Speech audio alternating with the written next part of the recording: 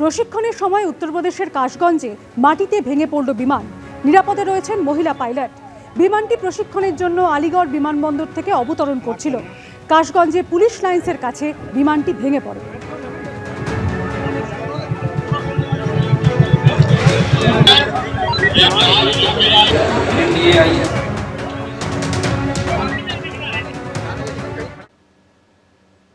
আগের সরকার চালিয়েছে গুন্ডারাই, এতদিন ফাইলের আড়ালে লুকিয়েছে পুলিশ। গুন্ডা দমন বিল পেশ করে কড়া পদক্ষেপের হুঁশিয়ারি দিলেন মুখ্যমন্ত্রী। পার্সার কাছে পুলিশকে ঢিল মেরেছিলেন, রক্ত বেরিয়েছে। আপনি কি ভেবেছেন ধুলিয়ানে পুলিশ শাটারের তলায় ঢুকেছিল? ভেবেছেন এই পুলিশ মন্ত্রী সেই রকম? কালীঘাট থানায় পুলিশ টেবিলের নিচে ঢুকেছিল। আপনি ভেবেছেন ওইটা? আমার দায়িত্ব পুলিশ কর্মীদের নিরাপত্তা দেওয়া। সরকারি বেসরকারি যাই ভাঙুন, 1 ইঞ্চি এগোতে দেব না। একদম নিশ্চিন্ত থাকুন। আর আপনারা যারা সাপারর ফ্যামিলি, গোটা রাজ্যের শুনে রাখুন, যা হয়ে গেছে অতীত, আর কিছু করতে দেব না। যদি করে এই আইনের কঠিন এবং কঠোর প্রয়োগ হবে। বিধানসভায় পাশ হয়ে গেল গুন্ডা দমন সংক্রান্ত 2টি বিল। আইন শৃঙ্খলার গুরুতর অবনতি থেকে হিংসাত্মক বিক্ষোভের আঁচ পেলে এবার ঘটনা ঘটার আগেই অভিযুক্তকে গ্রেপ্তার করতে পারবে পুলিশ। এছাড়া যে কোনো সরকারি এবং বেসরকারি সম্পত্তি নষ্টের ক্ষেত্রে গুন্ডাদের সম্পত্তি বাজেয়াপ্ত করা সংক্রান্ত সংস্থান রয়েছে আরেকটি বিলে। শুনে রাখুন, যা হয়ে গেছে অতীত, আর কিছু করতে দেব না। যদি করে এই আইনের কঠিন এবং কঠোর প্রয়োগ হবে। রাজ্যের সম্পত্তি ধ্বংস, দাঙ্গা এবং উগ্র ধ্বংসাত্মক আন্দোলনের সমাপ্তি ঘটাতে বিধানসভায় 2টি গুরুত্বপূর্ণ বিল পাশ করল নতুন সরকার। আর বিধানসভায় দাঁড়িয়ে এই আইনের প্রয়োজনীয়তা ব্যাখ্যা করলেন মুখ্যমন্ত্রী শুভেন্দু অধিকারী। এই বিল অনুযায়ী এবার থেকে আইন শৃঙ্খলার গুরুতর অবনতি থেকে হিংসাত্মক বিক্ষোভের আঁচ পেলে ঘটনা ঘটার আগেই অভিযুক্তকে গ্রেফতার করতে পারবে পুলিশ। এছাড়া যে কোনো সরকারি ও বেসরকারি সম্পত্তি নষ্টের ক্ষেত্রে এবার থেকে গুন্ডাদের সম্পত্তি বাজেয়াপ্তও করতে পারবে সরকার। এই আইনে, আগের আইনে অনেক ফাঁক ফোকর ছিল।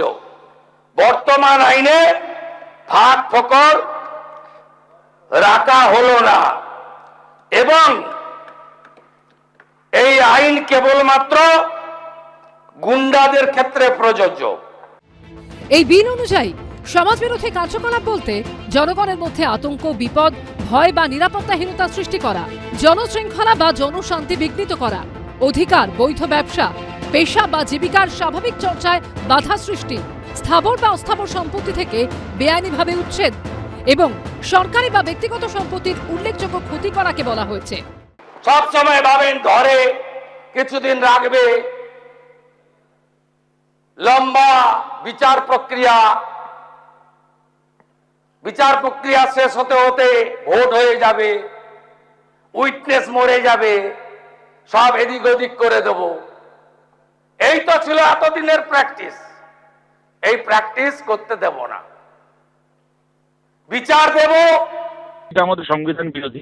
আমি কোনো মানুষের বিরুদ্ধে দোষ প্রমাণ করতে পারবো না, কিন্তু তাকে আমি দীর্ঘদিন ধরে জেলে পচিয়ে মারবো। এর ফল ভয়ঙ্কর হবে। বিধানসভার ভেতর এটাকে আমাদের আটকানোর মতো সংখ্যা আমাদের নেই, আমরা জানি, ছিল না, আমরা আটকাতে পারিনি। কিন্তু এটাকে চ্যালেঞ্জ করে যতদূর পর্যন্ত যাওয়ার দরকার সুপ্রিম কোর্ট পর্যন্ত আমরা যাবো এবং মানুষকেও এর বিরুদ্ধে মতামত নির্মাণের জন্য আমরা মানুষের দরবারেও যাবো। কার্যত পুলিশকে খোলা ছুট দেওয়া হচ্ছে এবং সংবিধানের কিছুই মানা হবে না এবং কার্যত এটা পুলিশ স্টেটে রূপান্তরিত হবে। ভয়ঙ্কর কালা কানুন পশ্চিমবঙ্গে লাগু হতে যাচ্ছে। গুন্ডা বলতে প্রধানত বলা হয়েছে নিজে অথবা কোনো দল, গ্যাং বা সিন্ডিকেটের সদস্য বা নেতা হিসেবে নিয়মিতভাবে সমাজবিরোধী কার্যকলাপ করার চেষ্টা করেন, উস্কানি দেন, অর্থ যোগান বা সহায়তা করেন। এক্ষেত্রে রাজ্য সরকার যদি পুলিশ সুপারের নিচে নয় এমন পদমর্যাদার কোনো অফিসারের রিপোর্টের ভিত্তিতে সন্তুষ্ট হয় যে রাজ্যে কোনো গুন্ডাকে সমাজবিরোধী কার্যকলাপ থেকে বিরত রাখতে আটক করা প্রয়োজন, তাহলে সরকার ওই ব্যক্তিকে আটক করার নির্দেশ দিতে পারে। সর্বোচ্চ 1 বছর পর্যন্ত আটক হিসেবে রাখা যাবে। এই আইনের উদ্দেশ্য পূরণের জন্য রাজ্য সরকার 1 বা একাধিক উপদেষ্টা বোর্ড গঠন করবে। এবং তাদের আঞ্চলিক বা কার্যক্ষেত্র নির্ধারণ করতে পারবে। এই আইনের অধীনে আটকের আদেশ জারি হলে রাজ্য সরকার আটকের তারিখ থেকে 3 সপ্তাহের মধ্যে উপদেষ্টা বোর্ডের সামনে উপস্থাপন করবে। বোর্ড আটকের তারিখ থেকে 9 সপ্তাহের মধ্যে রাজ্য সরকারকে রিপোর্ট দেবে এবং আলাদা অনুচ্ছেদে জানাবে আটক রাখার যথেষ্ট কারণ আছে কিনা। যদি বোর্ড জানায় যে আটক রাখার যথেষ্ট কারণ আছে, তবে রাজ্য সরকার আটকের আদেশ বহাল রাখতে পারে। যদি বোর্ড জানায় যে আটক রাখার যথেষ্ট কারণ নেই, তাহলে রাজ্য সরকার আটকের আদেশ বাতিল করবে এবং ব্যক্তিকে অবিলম্বে মুক্তি দিতে হবে। এই ধারার কোনো কিছুই আটক ব্যক্তিকে স্বয়ংক্রিয়ভাবে আইনজীবীর মাধ্যমে উপস্থিত হওয়ার অধিকার দেয় না। সহজ ভাষায় এই অংশে বলা হয়েছে যে আটক ব্যক্তির মামলা পরে একটি বিচারপতি নেতৃত্বাধীন বোর্ড পর্যালোচনা করবে, কিন্তু সাধারণ নিয়মে সেখানে সরাসরি আইনজীবী নেওয়ার অধিকার সীমিত রাখা হয়েছে। পুরো একটা দিন 5-6 ঘন্টা আলোচনা দরকার ছিল। এটা যেভাবে 1.5-2 ঘন্টা, সেখানে আমাকে বা আরও জরুরি 2-4 জন যারা বক্তা ছিলেন তারা আমাকে তো বলতেই দেওয়া হলো না, বাকিরা পর্যাপ্ত সময় পেলেন না। এবং এখানে এত রকম আছে মানুষকে বিপদে ফেলার। The West Bengal maintenance of public order সংশোধনী বিল অনুযায়ী বিক্ষোভ, দাঙ্গা, ভাঙচুর বা অগ্নিসংযোগের জেরে সরকারি বা ব্যক্তিগত সম্পত্তি নষ্ট করলে তার ক্ষতিপূরণ আদায় করতে পারবে সরকার। এর জন্য অভিযুক্তের স্থাবর বা অস্থাবর সম্পত্তি বাজেয়াপ্ত করা যেতে পারে। ক্লেমস কমিশনের কাছে আবেদন করে ক্ষতিপূরণ দাবি করতে পারবেন ক্ষতিগ্রস্তরা। এক্ষেত্রে ক্লেমস কমিশনকে দেওয়ানি আদালত হিসেবে গণ্য করা হবে। কমিশনের রায়কে চূড়ান্ত বলে গণ্য করার প্রস্তাব দেওয়া হয়েছে বিলে। অপরাধের পাশাপাশি উস্কানি দিলে বা অর্থ যোগান দিলে এবং সংগঠক ও অভিযুক্তের আশ্রয়দাতাকেও অভিযুক্ত হিসেবে গণ্য করা হবে। উজ্জ্বল মুখোপাধ্যায় ও কৃষ্ণেন্দু অধিকারী রিপোর্ট, এবিপি আনন্দ। বিধানসভায় পাস হলো ওবিসি সংরক্ষণ সংশোধনী বিল। হাইকোর্ট আগেই নির্দেশ দিয়েছিল, আর এবার নতুন সংশোধনী বিল পাস হওয়ায় তৃণমূল জমানায় যে 113টি জনগোষ্ঠীকে ওবিসি সংরক্ষণের আওতায় আনা হয়েছিল তা এদিন বাতিল হয়ে গেল। রাজ্যের প্রথম বিজেপি সরকার আর তাদের সরকারের প্রথম বিল হিসেবে সোমবার পাশ হয়ে গেল ওবিসি সংরক্ষণ সংশোধনী বিল। ওবিসি সংরক্ষণের নামে আগের তৃণমূল সরকারের বিরুদ্ধে সংখ্যালঘুদের বাড়তি সুবিধা দেওয়ার অভিযোগ শুরু থেকে তুলে আসছে বিজেপি। এটা খুব পরিষ্কার বোঝা যাচ্ছে যে এই ওবিসি এ, ওবিসি বি ক্যাটেগরাইজেশন ক্লাসিফিকেশনের মূল উদ্দেশ্য ছিল সাম্প্রদায়িক তোষণ, সংখ্যালঘু তোষণ এবং সর্বাঙ্গীনভাবে এই সংরক্ষণের সুবিধা মুসলিম ধর্মাবলম্বী ব্যক্তিদের রাজনৈতিক পরিপ্রেক্ষিত থেকে পাইয়ে দেওয়ার জন্য।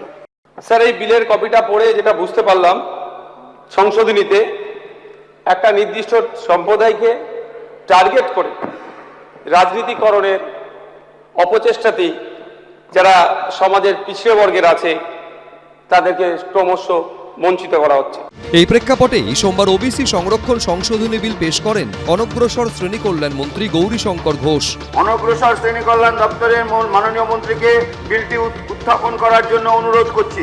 ধন্যবাদ অধ্যক্ষ মহোদয়। আমি the West Bengal commission for backward classes bill number 10/2026 এই সভায় উত্থাপিত করছি। 1993 সালের যে 66টি জাতিগোষ্ঠীকে সেই সময়ে বিভিন্ন সমীক্ষার মধ্যে দিয়ে ওবিসি তালিকাভুক্ত করা হয়েছিল, সেটা এই আইনে বজায় রাখা হচ্ছে এবং মহামান্য হাইকোর্টের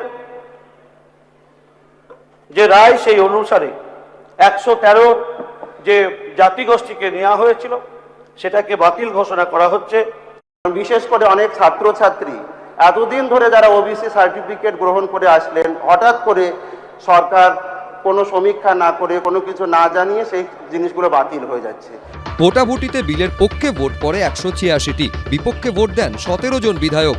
অধিবেশন কক্ষে থেকেও ভোট দানে বিরত থাকেন 6 জন। ক্ষমতায় এসে 2012 সালে ওবিসি সংরক্ষণ আইনে সংশোধনী এনে ওবিসি এ ক্যাটেগরিতে 65টি এবং ওবিসি বি ক্যাটেগরিতে 78টি জনগোষ্ঠীকে যুক্ত করে দেয় তৎকালীন তৃণমূল সরকার। কিন্তু তৃণমূল জমানার এই আইন নিয়ে বিস্তর গরমিলের অভিযোগ ওঠে। মামলা করায় হাইকোর্টে। 2024-এর 22 মে 2010 সাল থেকে দেওয়া সমস্ত ওবিসি সার্টিফিকেট বাতিলের নির্দেশ দেয় আদালত। এই প্রেক্ষাপটে এদিন সংশোধনী বিল পাশ করে 2012 সালে তৃণমূলের আমলে পাশ হওয়া ওবিসি এ ক্যাটেগরিতে 65টি এবং ওবিসি বিতে 78টি জনগোষ্ঠীকে যুক্ত করার তৃণমূলের আনা বিধি বাতিল করে দেওয়া হলো। এদিন পাশ হওয়া the West Bengal commission for backward classes amendment bill 2026 অনুযায়ী ওবিসি তালিকায় নাম যুক্ত করা বা বাদ দেওয়া নিয়ে কোনো অভিযোগ থাকলে নাগরিকরা কমিশনে আবেদন বা অভিযোগ করতে পারবেন। তা খতিয়ে দেখে সরকারকে সরকারকে প্রয়োজনীয় সুপারিশ করবে কমিশন। Ashabul Hossain, Krishnendu Adhikari, Ujjwal Mukhopadhyay, ABP Ananda. Bengal public safety and control of anti social activities bill 2026 bill number 14 2026 এর অনুমোদিত ও পাস হয়েছে। তোলাবাজির অভিযোগে গ্রেপ্তারির 8 ঘন্টার মধ্যেই জামিন পেয়ে গেলেন প্রাক্তন তৃণমূল কাউন্সিলর শামস ইকবাল। ফিরহাদ হাকিম ঘনিষ্ঠ প্রাক্তন তৃণমূল কাউন্সিলরের বিরুদ্ধে 2023 সালে 70 লক্ষ টাকা তোলাবাজি সহ আগ্নেয়াস্ত্র দেখিয়ে শাসানির অভিযোগ ওঠে। ধৃত তৃণমূল নেতাকে আলিপুর আদালতে নিয়ে আসতেই মোড়বদল। কোর্টে গিয়ে অভিযোগ তুলে নেন অভিযোগকারী।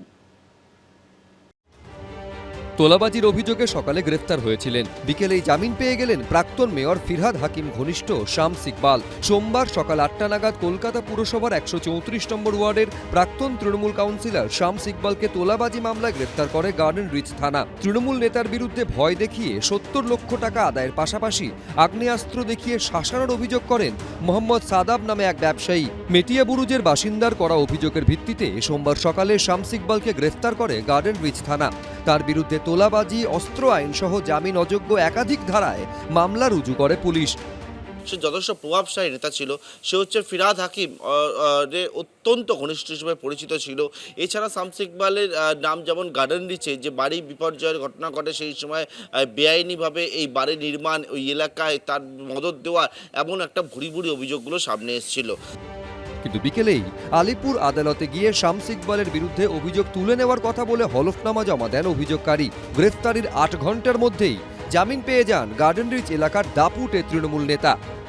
অভিযোগকারিনী যে কমপ্লেন করেছিল, পরবর্তীকালে তাদের ওয়েল উইসাররা এটাকে নিয়ে বসার পর তাদের মধ্যে একটা সমঝোতা হওয়ার পরে পরবর্তীকালে তারা মহামান্য আদালতে এসে একটা এফিডেভিট পেশ করে তারা মামলাটাকে করেছে। আদালত তাকে 1000 টাকার বন্ডে শর্ত সাপেক্ষ জামিন দিয়েছে। একজন কমপ্লেনেন্ট করেছিলেন, ওই কমপ্লেনেন্টের সঙ্গে এই যিনি আজকে যে অ্যাকিউজড, এদের একটা সম্পর্ক রয়েছে, বিজনেস ট্রানজাকশান দীর্ঘদিনের রয়েছে।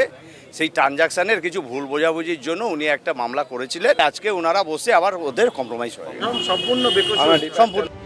সোমবার বিকেল 4টে নাগাদ ফিরহাদ হাকিম ঘনিষ্ঠ তৃণমূল নেতাকে জামিন দিয়ে দেয় আলিপুর আদালত। পার্থপ্রতিম ঘোষ, এবিপি আনন্দ, কলকাতা। 2019 সালে সিএএ হিংসার প্রসঙ্গ টেনে মমতা বন্দ্যোপাধ্যায়ের বিরুদ্ধে সংখ্যালঘু তোষণের অভিযোগ তুললেন শুভেন্দু অধিকারী। সাঁতরাগাছিতে বাস পোড়ানোর প্রসঙ্গ টেনে বললেন, সেদিন তিনি ফোন করেছিলেন তৎকালীন মুখ্যমন্ত্রীকে। 2019 সিটিজেনশিপ অ্যামেন্ডমেন্ট অ্যাক্ট, সিএএ আইন লাগু, আইন কার্যকর, 1,21,000 পিটিশন, 19,000 নাগরিকত্বের সার্টিফিকেট। বলেন এ তো সিএ নয়, এটা এনআরসি। নাগরিকত্ব কেড়ে নেওয়া হবে। এইটা দেখার পরে তৎকালীন মুখ্যমন্ত্রী তিনি বললেন, কে কে ছি ছি। তিনি প্রথম মিছিল করলেন। ওটা ভারতে কোথাও অশান্তি হয়নি। সিটির মোড় থেকে শ্যামবাজার 5 মাথার মোড়, অর্থাৎ আগুনটা লাগালেন, ওই আগুনে বাংলা জ্বলল। শামসির রেল লাইন উপড়ালেন, ভরত যাওয়ার বসে আছে বেলডাঙ্গা, তখন চেয়ারম্যান বেলডাঙ্গার স্টেশন জ্বলল, 500 হকারের দোকান পুড়ল। ঔরঙ্গাবাদে কালী মন্দির, নিমতিতাতে লাইন দিয়ে 68টা দোকান লুট পোড়ানো, রেজিনগরের স্টেশনে আগুন, নবান্ন থেকে একটু দূরে সাঁতরাগাছিতে 37টা বাস পড়ল, 22টা সরকারি বাস। আমি পরিবহন মন্ত্রী, মন্ত্রগুপ্তির শপথ ছিল, বলবো না। ফোন করলাম, সরকারি বাস জ্বলছে। বলছে না, কিছু করা যাবে না। আমি পুলিশকে বলেছি ওদের সঙ্গে কথা বলতে, যাতে রাস্তাটা পরিষ্কার হয়। 2024 সালে ওয়াকফ বিল নিয়ে অশান্ত হয়ে উঠেছিল মোথাবাড়ি থেকে জাফরাবাদ।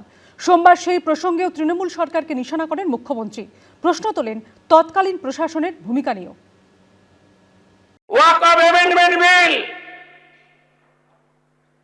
মোথাবাড়ি জ্বালিয়ে দিলেন, ভেঙে দিলেন, লুট করলেন, লাইন দিয়ে 81টা দোকান। আমি হাইকোর্টে গিয়ে লড়াই করে 12 দিন পরে ঢুকলাম। এটা সরকার, আগের সরকার এটা ছিল। 3টে হিন্দুর দোকান লুট করলেন, পাশে 2টো মুসলমান দোকান ছাড়লেন, আবার পরপর 5টা হিন্দুর দোকান করলেন। এটা রাজনীতি। শক্ত হাতে ধরতেন, আধা সেনা চাইতেন, ক্ষতিপূরণ দিতেন, গুন্ডারা এই জিনিস করতে পারত না। বাড়তে বাড়তে বাড়তে এই যে নওদার এমএলএ যে ভাষায় কথা বলে, এটা আপনাদের পাপের ফল। বলছে 4700 জেল, তাই নাকি? আপনাকে কেমন সবক শিখাতে হয় এই সরকারের মুখ্যমন্ত্রী শেখাবে। জাফরাবাদ, দত্তাবাদ, আরে নুন রাখার বাটি রাখেননি, এরা কারা? এবিপি আনন্দ, এগিয়ে থাকে, এগিয়ে রাখে।